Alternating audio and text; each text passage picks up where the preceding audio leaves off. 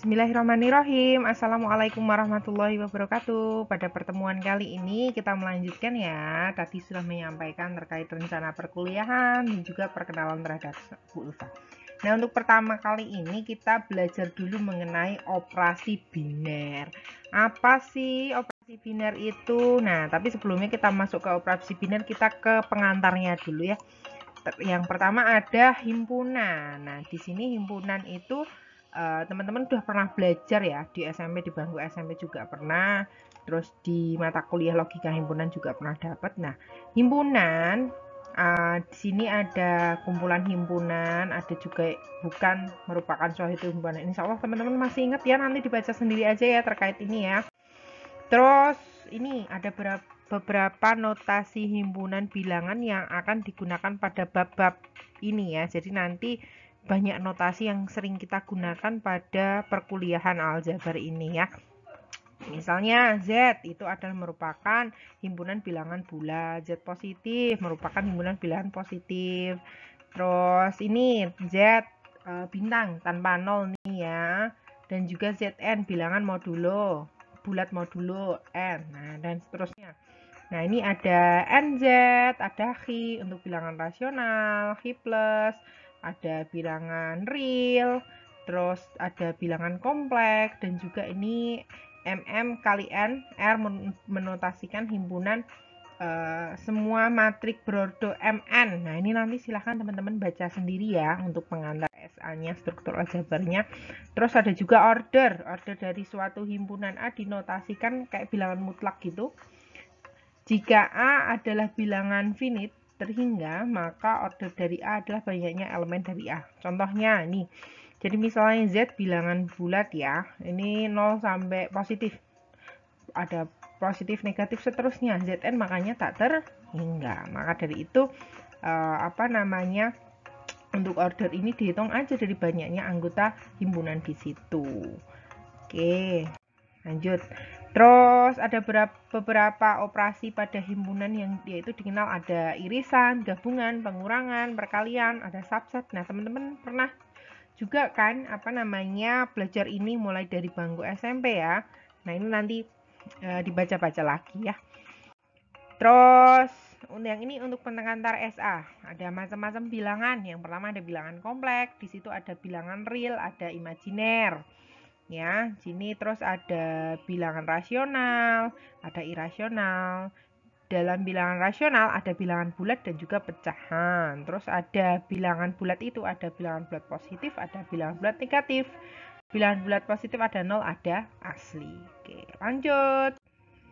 Oke, nah tadi terkait dengan pengantarnya ada himpunan dan juga ada bilangan. Nah, untuk pengantar tadi untuk teman-teman nggak perlu mencatat, hanya perlu mengulang aja membaca.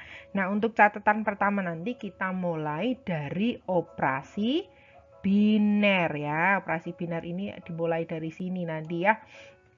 Oke, jadi definisi 1. Definisi 1 misalnya S adalah suatu himpunan yang tak kosong.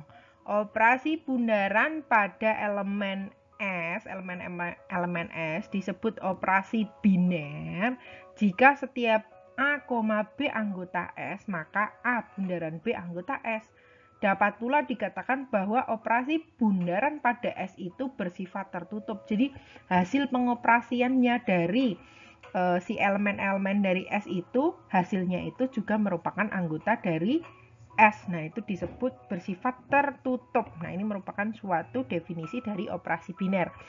Misalnya Z adalah himpunan semua bilangan bulat ya. Karena Z tadi adalah semua himpunan bilangan bulat, operasi penjumlahan, nah operasi biner ini kita ganti dengan penjumlahan pada Z merupakan operasi biner. Nah, misalnya kita ambil aja 1 ya ditambah 2. Hasilnya berapa? 1 tambah 2 hasilnya berapa? 3. 1, 2, dan 3 itu merupakan anggota bilangan bulat. Tertutup nggak? Benar, tertutup. Karena 1 ditambah 2 hasilnya 3. 1, 2, dan 3 itu sama-sama merupakan bilangan bulat. Nah, itu ya teman-teman ya. Selanjutnya yang kedua, operasi perkalian X pada Z adalah operasi biner, jelas. Operasi pembagian pada Z bukan. Jelas bukan. Karena apa? Misalnya kalau kita ngambilnya 3 dibagi 2. 3 dibagi 2 hasilnya berapa sih? Apakah juga merupakan bilangan bulat? Jelas tidak ya. Oke, itu ya teman-teman ya. Oke, pembahasannya. Nih, yang keempat, operasi pembagian pada bilangan rasional merupakan operasi biner. Yang kelima, Z dengan operasi bundaran yang didefinisikan oleh A bundaran B sama dengan yang didefinisikan. Di sini dituliskan A plus B kurangi 10 dengan A, B adalah anggota Z. Nah, merupakan operasi biner. Yuk kita lihat pembahasannya yuk. Nah, ini tadi sudah dibahas sama Bu Ulfa di sini ya. Sudah dibahas sama Bu Ulfa ini tadi.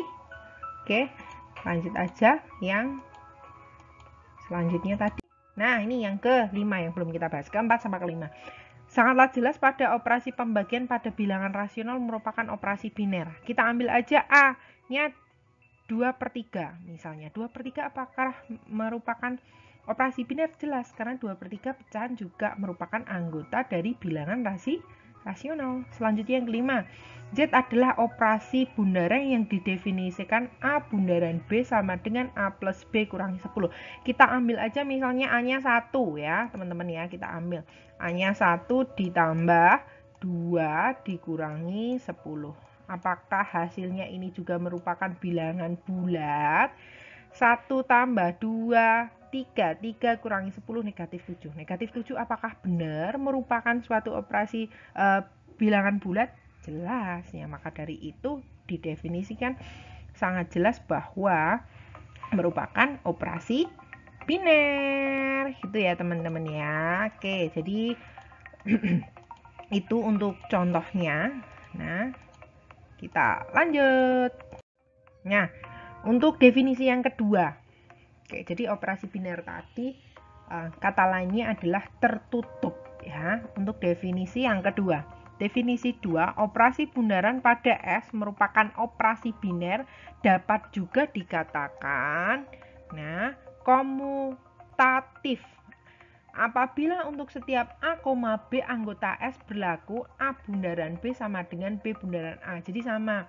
Misalnya operasi binernya penjumlahan pada bilangan Z ya, bilangan bulat positif. Misal bilangan bulat misalnya A 1 tambah 2 sama dengan 2 tambah 1. Sama kan hasilnya, maka disebut komutatif.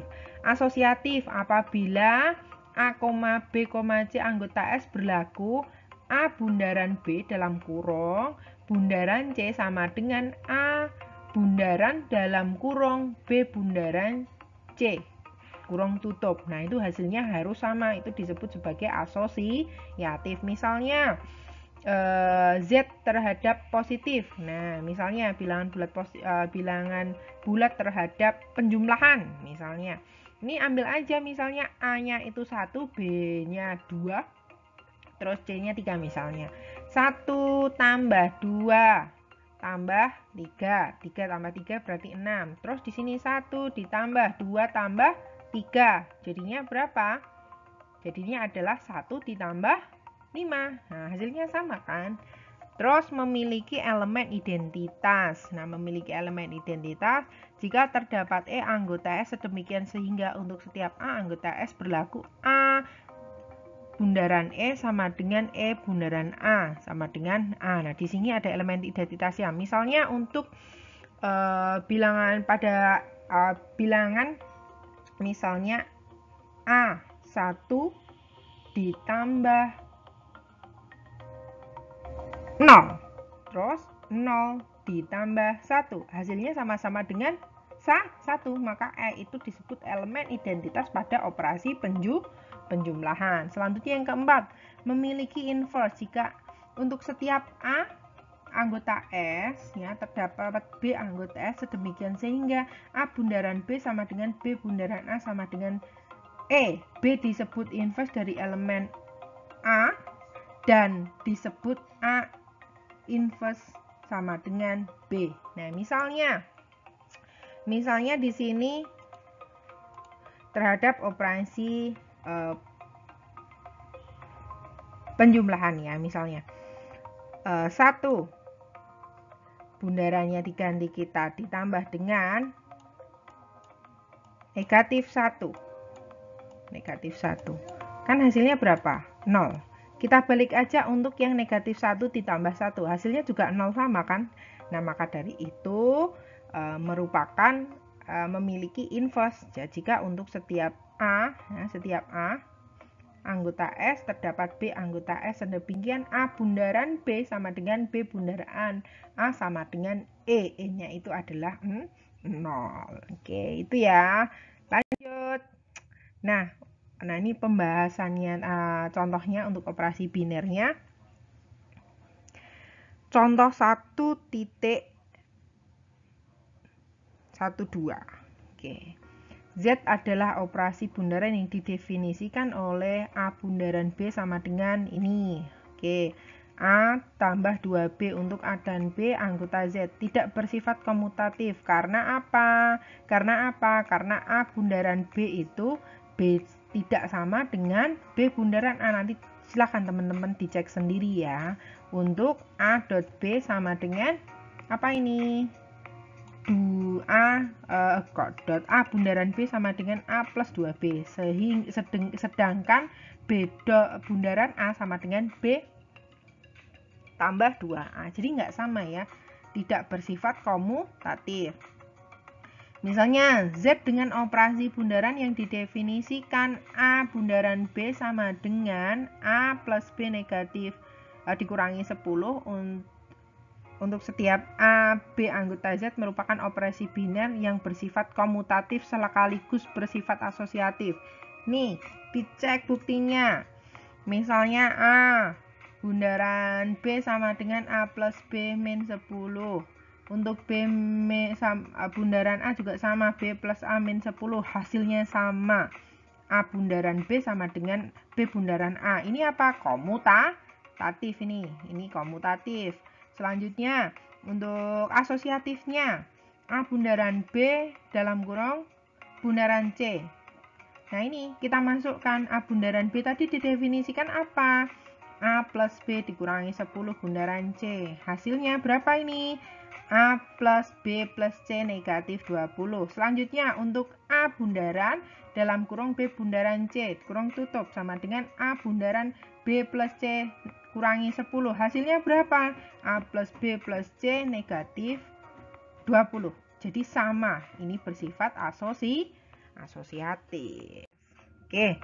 Oke ya teman-teman. Itu jadi tadi ada operasi biner. Kata lainnya untuk operasi biner itu adalah bersifat tertutup. Terus di dalam operasi biner itu juga dapat dilakukan komutatif. Yang pertama, yang kedua asosiatif, yang ketiga memiliki elemen identitas, dan juga mempunyai inverse. Nah, sekarang tugasnya teman-teman menyelidiki atau mencari apakah mempunyai biner, bersifat biner ya, tertutup, bersifat asosiatif, memiliki elemen identitas, memiliki elemen inverse, dan juga apakah bersifat komutatif. Dari keempat ini tidak usah terlalu banyak, kerjakan aja yang nomor 4 ya. Yang nomor 4 itu dicari apakah merupakan operasi biner, bersifat asosiatif, mempunyai elemen identitas, setiap elemennya mempunyai inverse, dan bersifat komutatif. Oke, cukup nomor 4 saja yang digunakan untuk tugas nomor 1. Oke, kira-kira itu ya teman-teman. Oke, silahkan nanti dikerjakan dan juga dicicil untuk mencatatnya yang terkait dengan operasi biner. Untuk himpunan dan juga bilangannya tadi hanya sebagai awalan aja, nggak usah dicatatnya. Tugasnya jangan lupa, tugas yang pertama dikerjakan nomor 4. Oke, udah selesai. Cuci tangan sampai bersih. Cukup sekian dan terima kasih dari Bu Ulfa. Kurang lebihnya saya mohon maaf. Kalau ada yang mau tanya nanti kita di grup WA ya. Terima kasih. Wassalamualaikum warahmatullahi wabarakatuh.